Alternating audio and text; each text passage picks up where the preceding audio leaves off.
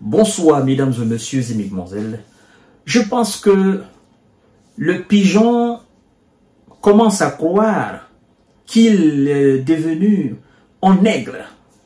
Ah oui, et qu'il peut dévorer tout sur son passage. Je parle de M. Paul Kagame, le dictateur rwandais. Le ton monte gravement aujourd'hui entre l'Afrique du Sud et le Rwanda, entre M. Cyril Ramaphosa, l'état-major sud-africain, et M. Paul Kagame, l'état-major rwandais.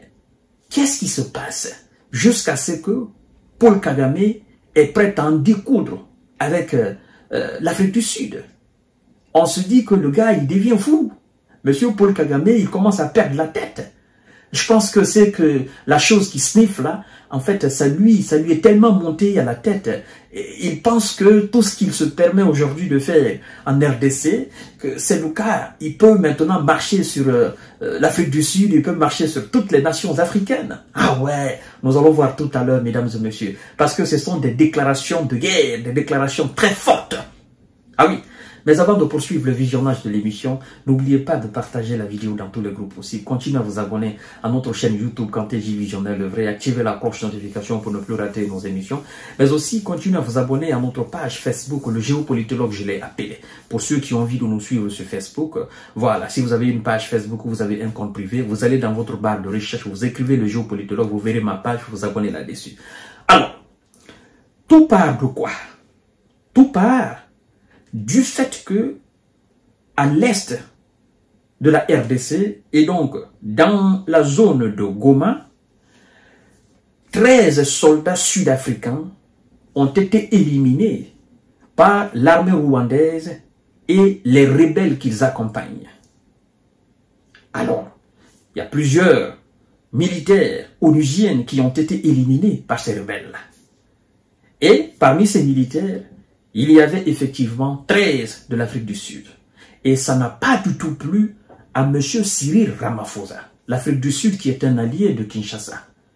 Vous comprenez?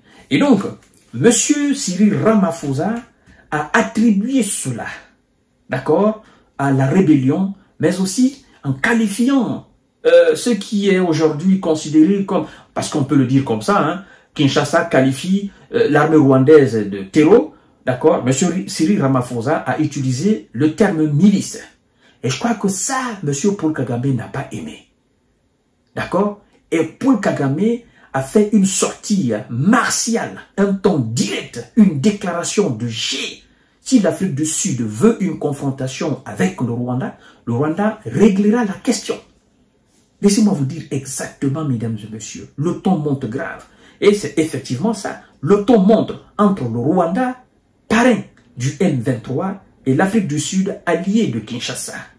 Alors que le chef de l'État de l'Afrique du Sud, Cyril Ramaphosa, avait attribué, mercredi 29 janvier, n'est-ce pas, l'élimination de 13 de ces soldats aux rebelles M23 et à l'armée rwandaise, qualifiée de milice. Son homologue rwandais Paul Kagame a dénoncé les mensonges et menace de régler le problème avec l'Afrique du Sud. Incroyable. Ah non, le gars, Paul Kagame actuellement, la chose qu'il sniffe là, sincèrement, ça lui pète complètement le cerveau. Écoutez ce que Paul Kagame dit à M. Cyril Ramaphosa et à son Afrique du Sud.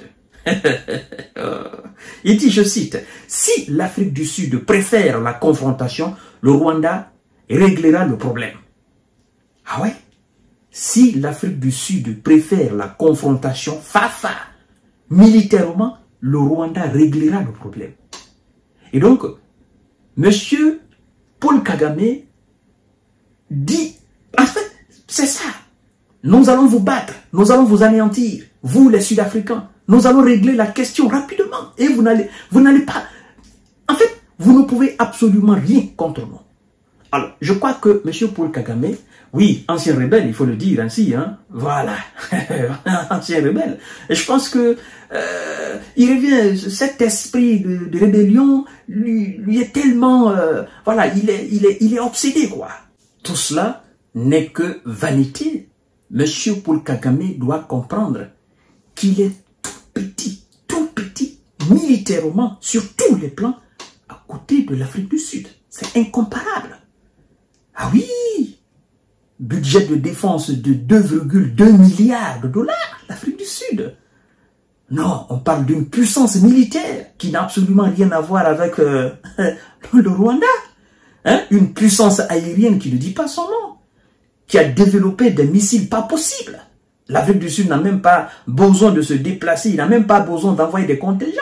Il reste sur le sol sud-africain et envoie des missiles au Rwanda, avec haute précision d'ailleurs. L'Afrique du Sud qui a des satellites. Quand même, il faut que Paul Kagame comprenne que là, il va très loin. Il va très très loin. Il ne faut pas qu'il attire la colère des Zoulous. Ah ben, mesdames et messieurs, hein? Si l'Afrique du Sud préfère la confrontation, le Rwanda réglera le problème. Ah ouais, c'est un avertissement direct, martial et sans précédent que lance le président rwandais Paul Kagame. Ah ouais, à l'endroit de son homologue sud-africain Cyril Ramaphosa. Incroyable. Oui, c'est quand même pathétique. Les forces rwandaises de défense sont une armée, pas une milice, a déclaré le président rwandais. Il dit que les forces de défense... écoutez, vous ne pouvez plus être qualifié comme une force républicaine. Vous vous permettez d'aller envahir les autres. Dans ce contexte-là, écoutez, vous faites une déclaration, vous terrorisez des populations, là, vous êtes carrément ça, c'est ça, c'est la réalité. Vous collaborez avec des milices, des rebelles, des terreaux alors. Vous voyez, ceux qui collaborent avec les terreaux, qui travaillent avec les terreaux, mais ils sont aussi des terreaux. On a vu récemment au Mali, des terreaux ukrainiens qui ont collaboré avec des terreaux du nord du Mali pour s'attaquer à l'armée malienne. Donc, ils sont devenus des terreaux. Et ça coûtait énormément cher à l'Ukraine. C'est ça la réalité. Monsieur Paul Kagame doit comprendre cela. Alors, il faut aussi rappeler que on nous apprend que ces derniers jours, plusieurs officiers sud-africains se sont effectivement relayés pour dénoncer publiquement l'implication du Rwanda dans le conflit dans l'est de la RDC. D'accord? La présence non autorisée des forces rwandaises de défense dans l'est de la RDC viole la souveraineté et l'intégrité territoriale de la RDC, a notamment dénoncé Ronald Lamola, le chef de la diplomatie sud-africaine, dans un communiqué rappelant, voilà, les forces rwandaises à se retirer de la RDC immédiatement. Donc, monsieur Paul Kagame se croit déjà le Poutine d'Afrique. Si je peux le qualifier, et si ça peut le faire plaisir comme ça, voilà, non, je suis fort, j'ai les États-Unis à mes côtés, j'ai la France, la Grande-Bretagne à mes côtés, mais sauf que il doit comprendre que si tout est permis, cela ne veut pas dire que rien n'est défendu. Même dans le permis, il y a le défendu. Voilà, je crois que ce monsieur, il court vers sa propre perte. C'est-à-dire, il a tellement passé de temps à la tête du Rwanda qu'il se croit le roi de l'Afrique. Il se croit tout permis. Voilà. Vous savez, c'est comme ça. Quand vous arrivez à un certain stade de votre vie, si vous ne faites pas attention, vous ne faites pas profil bas, vous risquez de tomber. Et c'est ce qui arrive, c'est ce qui risque d'arriver à monsieur Paul Kagame. C'est-à-dire, il se croit tellement puissant, tellement fort, qui se dit, j'ai pas besoin d'écouter qui que ce soit. Je fais ce que je veux. Et donc, il faut que les nations africaines, voilà, le remettent sur les rails. Soit la RDC le remettre sur les rails, ou l'Afrique du Sud, effectivement, le remettre ce gars-là sur les rails pour qu'il comprenne que, voilà, qu'il n'est absolument rien en Afrique sans les autres pays. C'est ça la réalité. Voilà, mesdames et messieurs, je vous reviens tout à l'heure pour notre série d'informations décortiquage. C'est quand même pathétique, mesdames et messieurs. Oui, c'est quand même sérieux.